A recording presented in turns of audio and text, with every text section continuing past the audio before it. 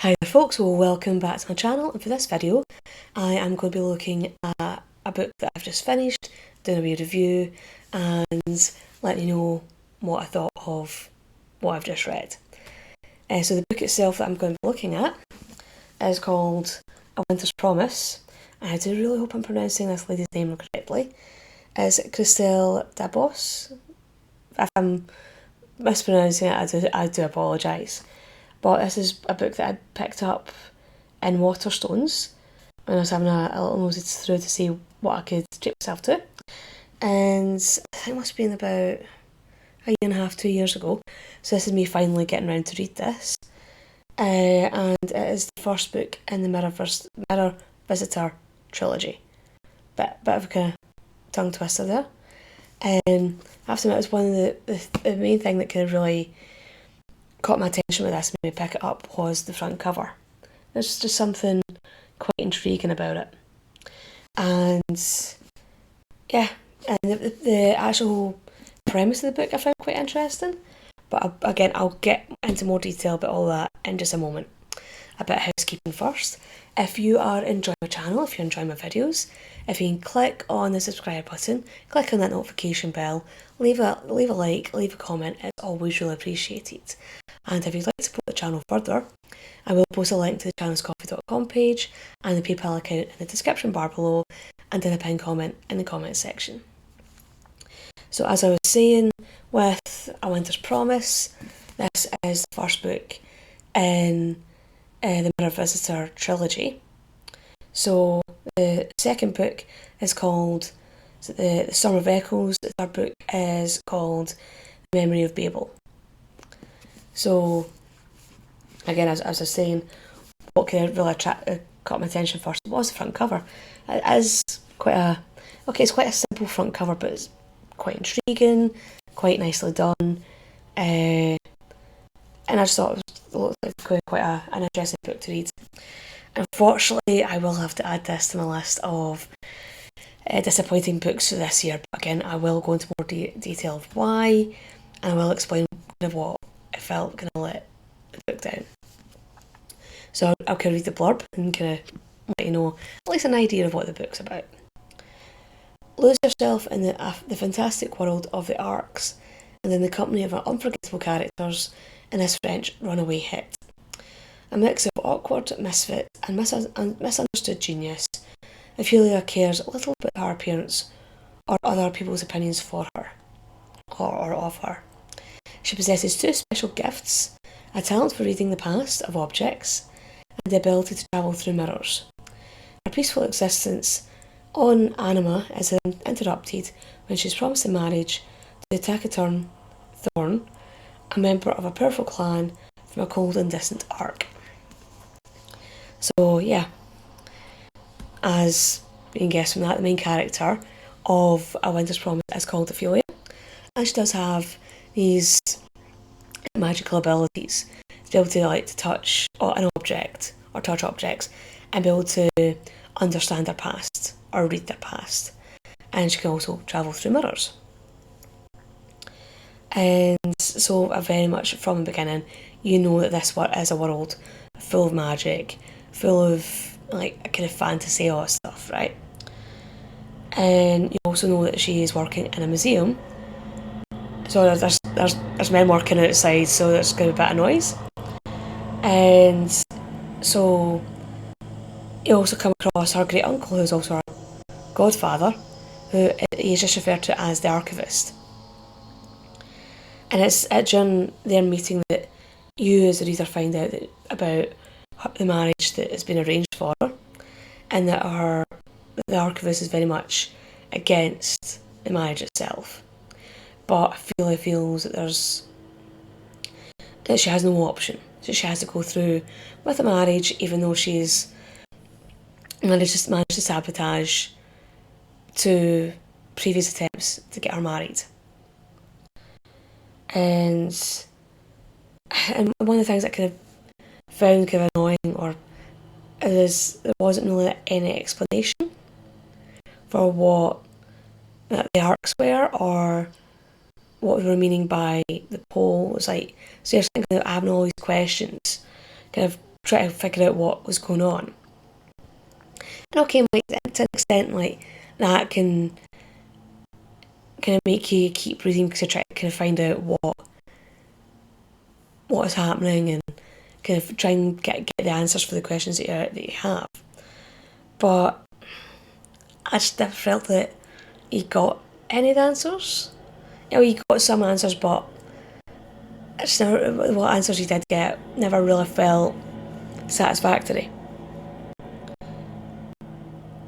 So, and also, when a lot of I feel his family were talking about her going to the pole, they were very much talking about the people who live there being barbaric, as yeah, it's almost as if they were seen as being like subhuman or not quite human. So I was kind of wondering if that was like some in-world racism, that there were kind of other people from outside the poles were looking at those from the poles or from the pole as being less than. So that's kind of the impression I got. Again, could be wrong. So it's kind of, and so you do very much kind of find out quite quickly that Ophelia is like clumsy, and like while she's in visiting the archivist, she keeps breaking things. It's like she's drying his dishes and she keeps breaking the plates, and he's able to fix the plates by just touching them. So it's almost as if when I was first starting to read the book, I was thinking he's gonna play a bigger part in this book. That she's gonna like mess things up, or she's gonna have got herself into such a situation that she can't get herself out of, and he's gonna come in and be able to fix things for her and be able to help her out and get out of the situation. But he doesn't really play much of a big part in this book at all. You see him at the start and that's about it. And you also do find out quite quickly as well that the world within A Winter's Promise is pretty much our world, but something uh, apocalyptic has happened. Something quite catastrophic is taking place, which has caused these arcs to be formed and people to be living on these floating citadels almost. But there's no explanation as to why. Again, that's probably something that's been set up to be answered in either book 2 or book 3. But it was just very much something that's kind of hinted at, but is given no real hint of explanation at all. Yeah, so we do very much kind of quickly find out as well that the world within A Winter's Promise is essentially our world, but something catastrophic has happened, something apocalyptic has happened, and for whatever reason, they has essentially left the surface of the planet and are now living in these arcs, which are like almost like floating citadels. So again, there's like no explanation for how like magic somehow managed to come into our world, and or like how the arcs were formed. It's very much just going, yeah, that's how things are. Uh, and you also kind of learn quite quickly as well, it's like that Ophelia herself very much falls into a lot of YA tropes. Okay, because I have to admit, I don't really read much YA, and I hadn't realised that A Winter's Promise was YA until I think I must have been a few chapters in, and I just started picking up on certain things that I've been told are quite common YA tropes. As like the whole thing about her being clumsy and not really caring about her appearance, or seeing people who do take any pride in their appearance as being quite shallow. Because, yeah, that from what I can gather, that does appear to be quite a common trope in YA of having the young female MCs being like not like other girls and being different and set apart. And I'm using this idea of them being clumsy, but underneath they're more capable than people realise, and not being like shallow. And you can see this through, like, especially through the start of the book, where she is with the archivist and she's in his living quarters, and she's drying his dishes, but she keeps breaking the dishes, and he keeps fixing the dishes. So again, very much highlighting Ophelia's clumsiness, but I also felt that was very much setting up Ophelia getting herself into a position or situation she couldn't get herself out of, and the archivist coming along and helping rectify or right the situation. But after Ophelia leaves to go to the pole, which is where Thorn, her fiancé, is from, we don't really see any more of the archivist at all within A Winter's Promise. Again, I don't know if we're going to see him in any of the next two books, because in all honesty, after reading A Winter's Promise, I'm not really inclined to actually read any of the other two books. But again, that will be something I will discuss as I'm going on. But I did kind of feel disappointed the fact that, yeah, I did get the impression that you were going to have more from like the archivist, and you'd get to see like more of like what was going on with Ophelia's family. But again, after she leaves, that's it. That you see nothing more from them. And throughout the book itself, you also very much get everything from Ophelia's point of view, and you don't really see anything else. I don't see any events of the novel from anybody else's perspective. It's all from her perspective, and I find it quite interesting to be able to see like Thorne's perspective on what was going on. So what was going through his head? What was he thinking? What was he feeling about what was taking place? What was happening? And what was going through I feel his parents' heads? What were they thinking? How were they feeling? And it was the same for like other characters as well, because I always kind of find that when it's all solely from one perspective, you can't really understand or fully understand or empathise with the other characters. And I think that's what I quite liked about the Song of Ice and Fire by George R. R. Martin, is that you are getting these different perspectives. And I'm not saying that having just one sole perspective in a novel can't work or can't create empathy. It's just that I felt with a lot of the characters, you weren't really getting any like development character wise.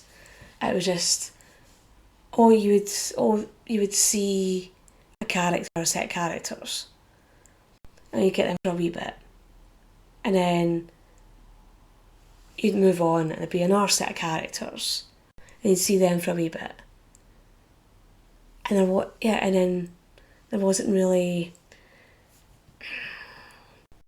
time to get to know them or really understand where they were coming from. And also, I didn't think that with a lot of the characters in A Winter's Promise were particularly sympathetic, as a lot of them did come across as being quite self-centred. they were all looking at the situation as what could they get out of it? What could they achieve, or how could they improve their standing from the situation they were in, or what was going on? And okay, there were a couple of characters. I think is it Fox and Grace, who seemed to be quite willing to help Ophelia, but they just kind of flitted in and out. And yeah, and it's just I didn't really think that any of the characters were fleshed out or made to be any more than just like two-dimensional kind of aspects of the story.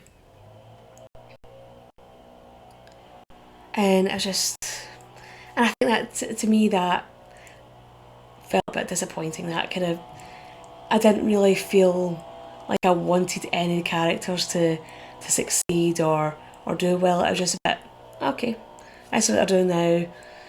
And I didn't really feel attached or drawn to any of the characters at all.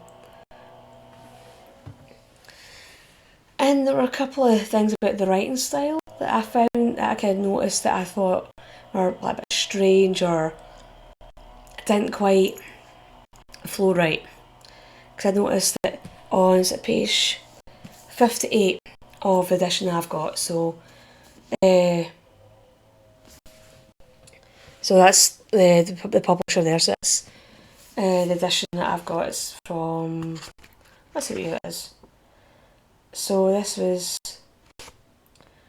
2019 edition, and it says on page 58 that a character takes his hat off in respect for another character, but within the same page, when he's leaving the presence of that character, he is tipping his hat to them, but there's no mention of him putting the hat back on.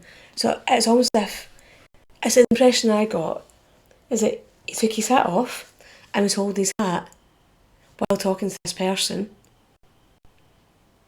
But I don't know if maybe the author was meaning that he took his hat off and put it back on and then tip it. It was just a bit confusing when I was reading it, because I was going, when did he put his hat back on? What? How can he tip his hat if he's taken it off? It's just a bit, yeah, it's a bit of a kind of slight, I don't know, maybe it was just the way it'd been translated, that maybe just the way it'd been written. It just didn't quite seem to flow. And maybe it was just a slight continuity error. It does happen.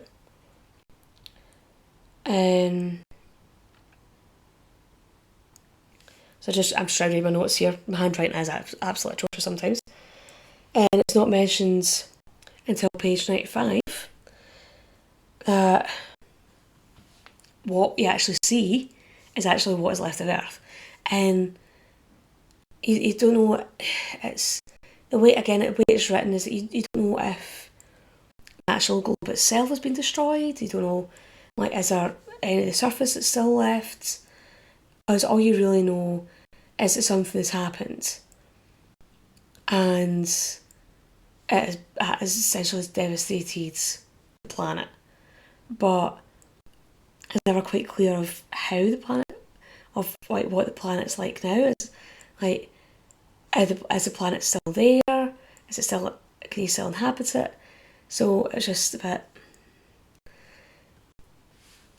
I was just a bit confusing sometimes the way that things are being described. And yeah, so it's like there were certain things that when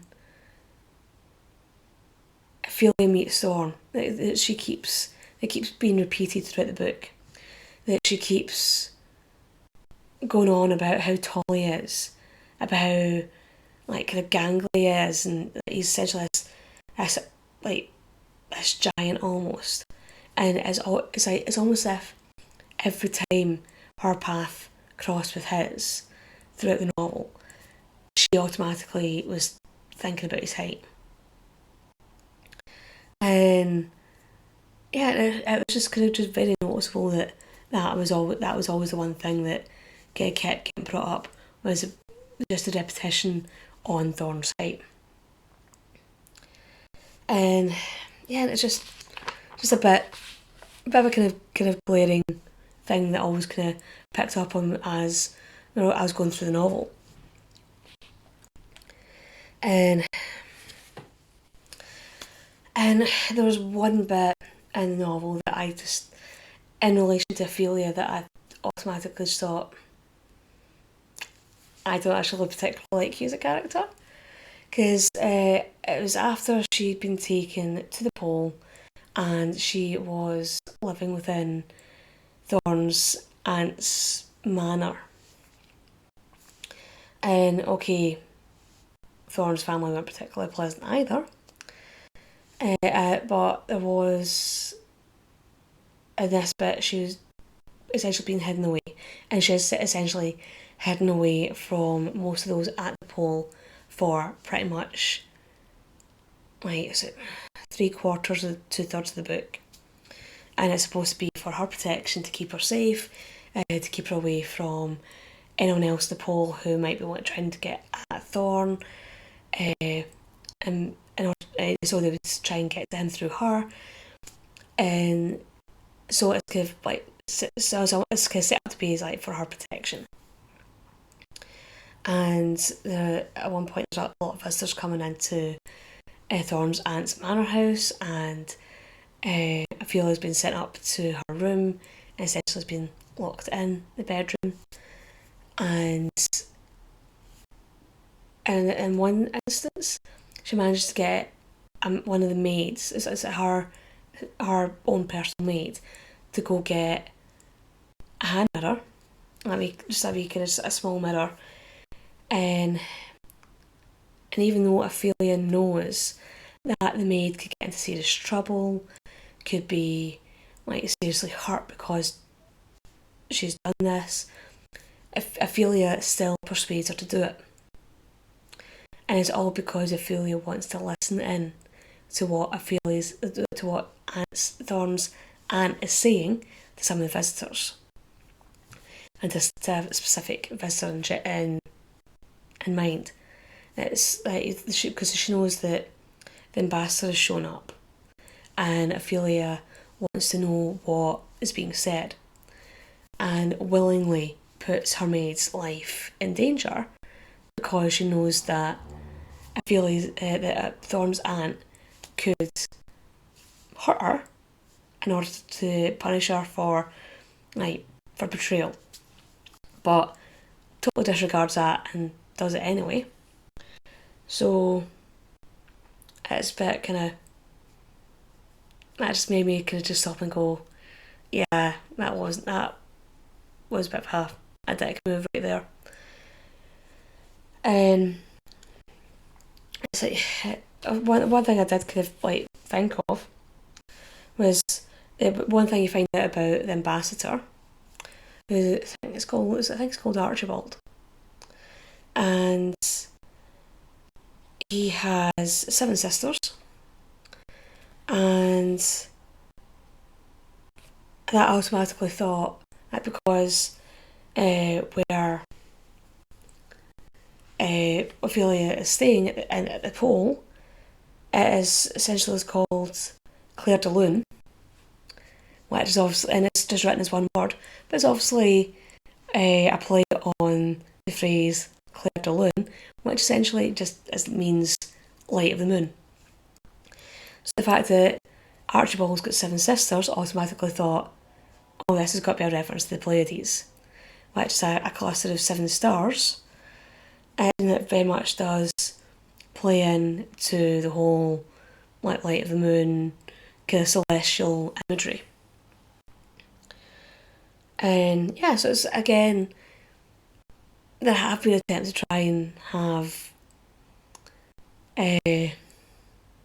symbolism within the story, but just came across being quite flat. And And Ophelia herself, as a character, to me as a reader anyway, comes across as being quite... Yeah, one of the things that I kind of found annoying about A Winter's Promise is the fact that, again, with it being told primarily or solely from Ophelia's point of view, there's a lot of things that happen within the story that happen off the page. And okay, I will always accept that within a novel, within a story, there's going to be certain things that are going to happen off the page that you as a reader are not going to witness, that you're going to find out about later on, kind of further along into the book. You're going to find it from someone else, someone who maybe heard it from someone else, and yeah, there's going to be certain things that you're not always going to know straight away. But I did find there was like too much happening off the page within A Winter's Promise, and it very much did play into A Winter's Promise being very reliant on telling rather than showing. That it was very much excuse me, that you're being very much told that what's happening rather than being shown, which is very annoying. Yeah, so there was one bit I did find intriguing, that it's that Ophelia, when she's in Claire de Lune, which is in the Pole, at one point she has to be in disguise, and again it's a magically imbued disguise, so it's most people don't realise who she actually is. And she essentially is supposed to be the valet for Thorne's aunt, and they have to attend a funeral. Yeah, so it's while they are at this funeral that even though the funeral is taking place in what is called a chapel, is very much described as being a chapel, a reference is made to Odin's altar. So I was automatically thinking, like, do Thorne's people follow the Norse gods? Was it destruction of Earth something to do, like, was it some sort of Ragnarok kind of situation? Or essentially is this them not really quite understanding, like, the history of Earth from before, like, the apocalypse took place? So they're sort of merging in two different religious traditions together, not quite understanding that they were separate and different. So that was something that did catch my attention as I was reading, and I was like, I'd have liked to have known more about stuff like that, probably to have given more depth to what was going on. And so it's, because it was, as that section of the book was going on, I did get that impression that the chapel itself was this confusing mix of religious traditions, and that they weren't really believing in any of this religious, like, setup. It was just more, it was being done because they saw it as being tradition, and that is what they wanted to follow. But it's like, so we've got all this kind of stuff swirling around. We've got, like, Ophelia's in disguise, she's hiding who she really is, and it very much is trying to set up that she is under threat, she's in a precarious position, but I never really felt as if anything bad was ever really going to happen to her, because there is one bit where she is essentially set up to be accused of an attempted murder, and she's, like, taken prisoner by the police. She's beaten up, but she's very quickly released, and even though she's got like bruises and a cut lip, that's the worst that she gets. There's no real danger to her life, even though there's people who are scheming all around her and trying to use her, even though they don't really know who she is, in order to get what they want. And yeah, there wasn't really any sense of urgency or threat to any of the characters. And any of the characters who could have been threats to them seemed to be kind of quickly and swiftly dealt with and taken out of the picture.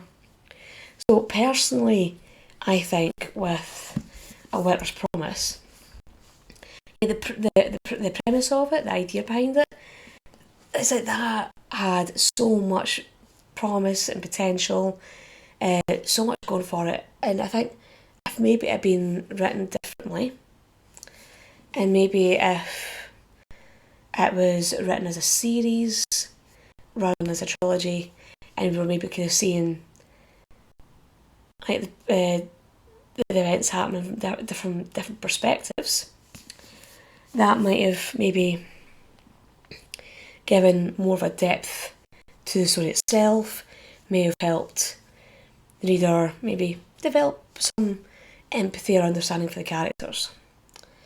So yeah, so it's for a book that I was really intrigued by when I saw the cover. When I read the blurb, I thought it sounded really interesting.